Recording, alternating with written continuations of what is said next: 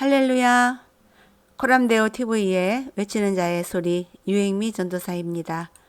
오늘 말씀은 8번째 말씀으로 지난주 말씀에 이어서 죄에 대한 말씀을 이어가겠습니다. 우선 말씀에 들어가기 전에 꼭 아셔야 할 것은 제가 자꾸 죄 이야기를 하고 우리의 죄를 느끼거나 죄를 보는 감각이 살아나야 하고 죄를 드러내야 한다고 말하는 이유는 그래야 인간이 처한 상태 그리고 나의 상태를 바로 알아야 자기 포기가 쉬워지기 때문인데요.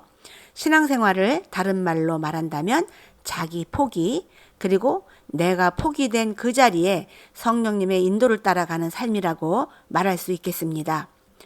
자, 인간의 속성은요.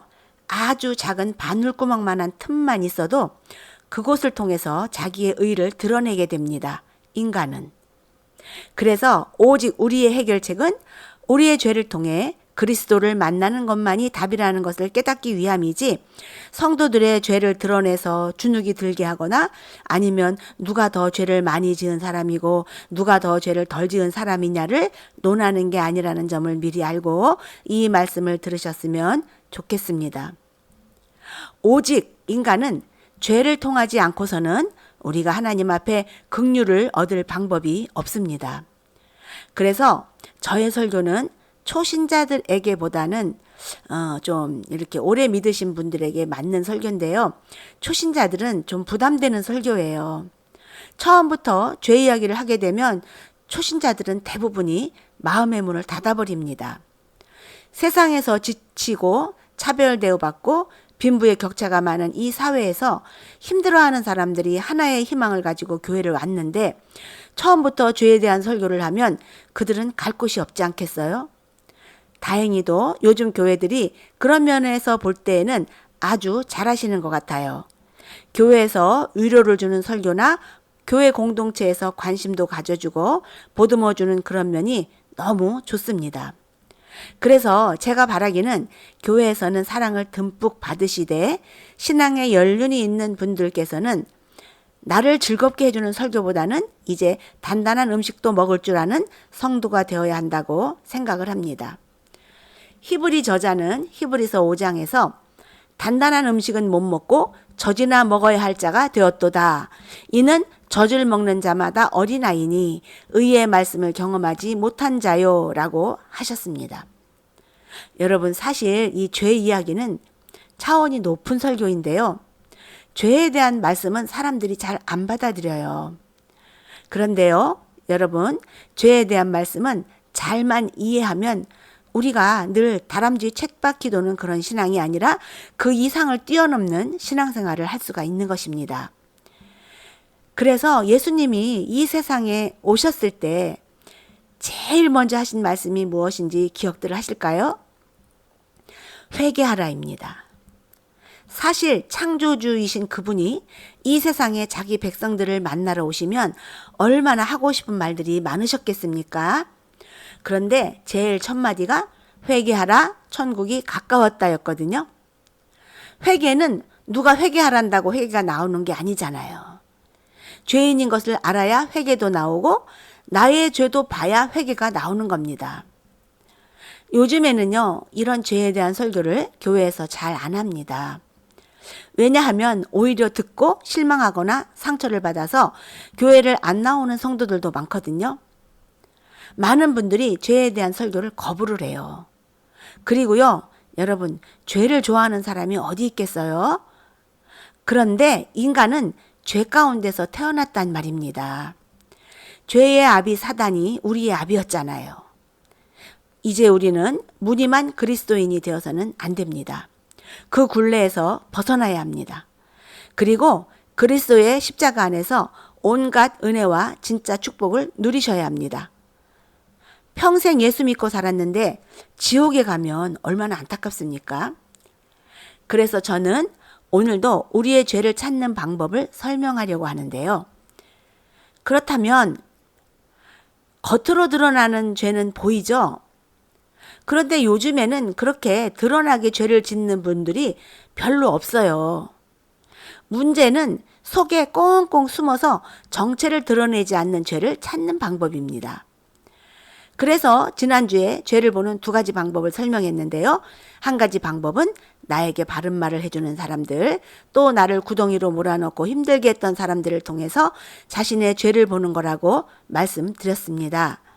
자, 그럼 오늘은 남의 실수나 허물을 보면서 나를 돌아보는 방법입니다. 이 말은 남의 죄 또는 실수나 허물을 보게 되면 대부분 욕하고 비판을 하지만 언젠가는 나에게도 그런 죄가 있다는 것을 알게 될 때가 온다는 말입니다. 이 방법의 근원은 로마서 2장 1절에 근거합니다. 로마서 2장 1절에 그러므로 남을 판단하는 사람아 누구를 막론하고 내가 핑계하지 못할 것은 남을 판단하는 것으로 내가 너를 정죄함이니 판단하는 내가 같은 일을 행함이니라 입니다. 이 말씀을 요약하면 남을 판단하면서 같은 일을 행하는 사람아가 되겠습니다. 그리고 이 뜻은 남을 판단하는 사람 중에 같은 일을 행하는 사람도 있다가 아니라 남을 판단하는 자는 자기도 똑같은 일을 행하는 사람이다 라는 말입니다. 혹시 이 말에 동의하시나요? 그런데 이 말씀을 잘 보면 남을 판단하는 자는 자기도 똑같은 일을 행한다 라고 판단하는 모든 사람을 예수님이 다 싸잡아서 포함시키죠. 너무 억울하지 않나요? 나는 그래도 조금이라도 내가 달라졌다고 생각하며 살았는데 그래서 다른 사람을 조금 비판한 것밖에 없는데 내가 싫어하고 내가 비판하는 그 사람이랑 내가 똑같다니 억울하고 화도 날 거예요. 그런데 여러분, 예수님 말씀이 맞아요. 그리고 이 말씀이 우리의 실상이고 우리는 나중에라도 이 말씀이 나에게 하는 말씀이 되어야 합니다. 안 그러면 우리는 날마다 남을 정죄하고 판단하는 역할을 수행하느라 바쁠 것입니다. 그리고 거기에 상처는 더해갈 것입니다. 그리고요, 나는 저 사람과 다르다, 아니면 나는 그 사람보다는 좀 낫다 라는 생각이 깔려 있기 때문에 우리는 판단을 하는 건데요. 그런데 그럴 때 판단으로 끝나지 말고 그렇다면 나는 어떤가 하고 자신을 돌아보는 방법인데요. 이런 방법들이 우리가 걸어가는 신앙이고 신앙의 본질이라고 저는 말하고 싶습니다. 그런데 우리는 자기 자신이 잘 안 보입니다. 그래서 인정하기가 어렵지만 우리의 속을 훤히 보이는 하나님의 눈으로 볼 때에는 그렇다고 하십니다. 그리고 사실이 그렇고요. 그렇다면 이것을 뒤집어 생각해 보면 남을 판단할 것이 많은 사람은 자기 자신도 판단할 것이 많은 사람이라는 결론이 나오게 됩니다. 그래서 2장 1절 후반절을 보면 남을 판단하는 게 실은 자기가 자기를 정죄하는 것이라고 합니다. 그래서 심판날에는 핑계치 못한다고 나와 있습니다. 이미 정죄를 해버렸기 때문에. 주석에 보니까 이것이 심판의 원칙이라고 나와 있습니다. 그래서 3절에 이런 일을 행하면서 같은 일을 행하는 사람아 내가 하나님의 심판을 피할 줄을 생각하느냐? 라고 나옵니다. 여기에서 남을 판단하면서 같은 일을 행하는 자, 자, 이 말이 하고자 하는 의도는요. 은근히 자기가 그 상대방보다 선하다라는 생각이 마음속에 있는 자는 자기 죄에 대해서 매우 둔감하다는 이야기입니다.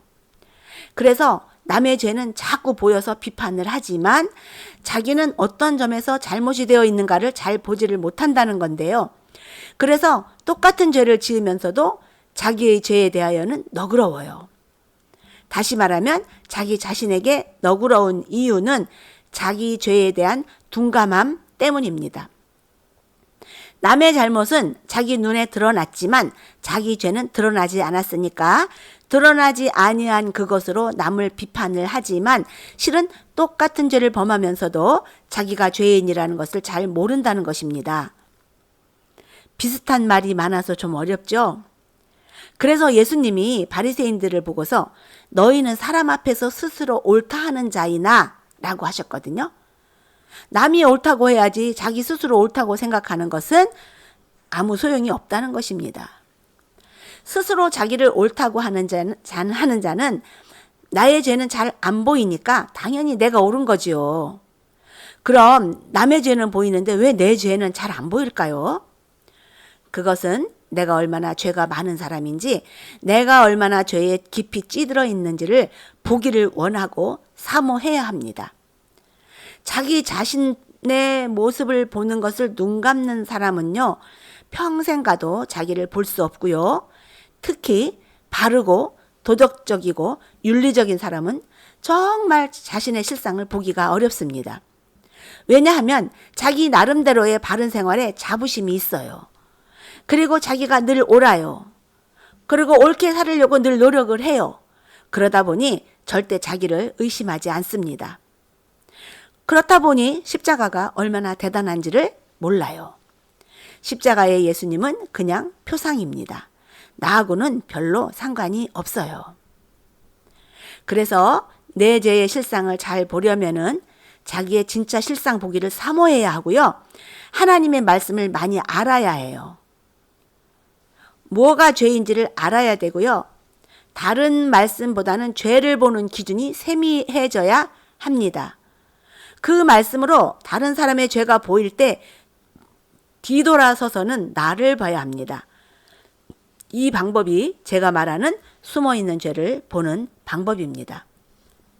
혹시 나는 성령께서 다 보게 하시고 알게 하신다 라고 자부심을 갖는 성도들도 말씀을 많이 알고 말씀이 기준이 되어야 합니다. 왜냐하면 성령님도 말씀 안에서 역사하시니까요. 그럼 이 시간에는 숨겨진 죄의 예를 한번 보겠습니다.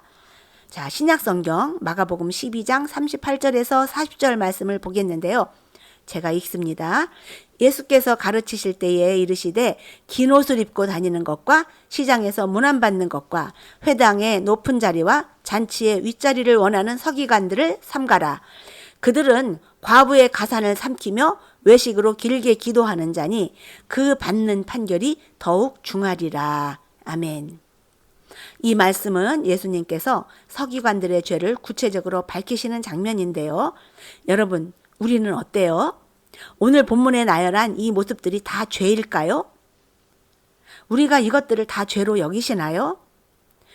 이와 같은 말씀이 누가복음 20장에도 있고요. 마태복음 23장에는 같은 내용의 말씀인데 서기관과 바리새인을 다 묶어서 싸잡아서 더 구체적으로 나열하고 계십니다.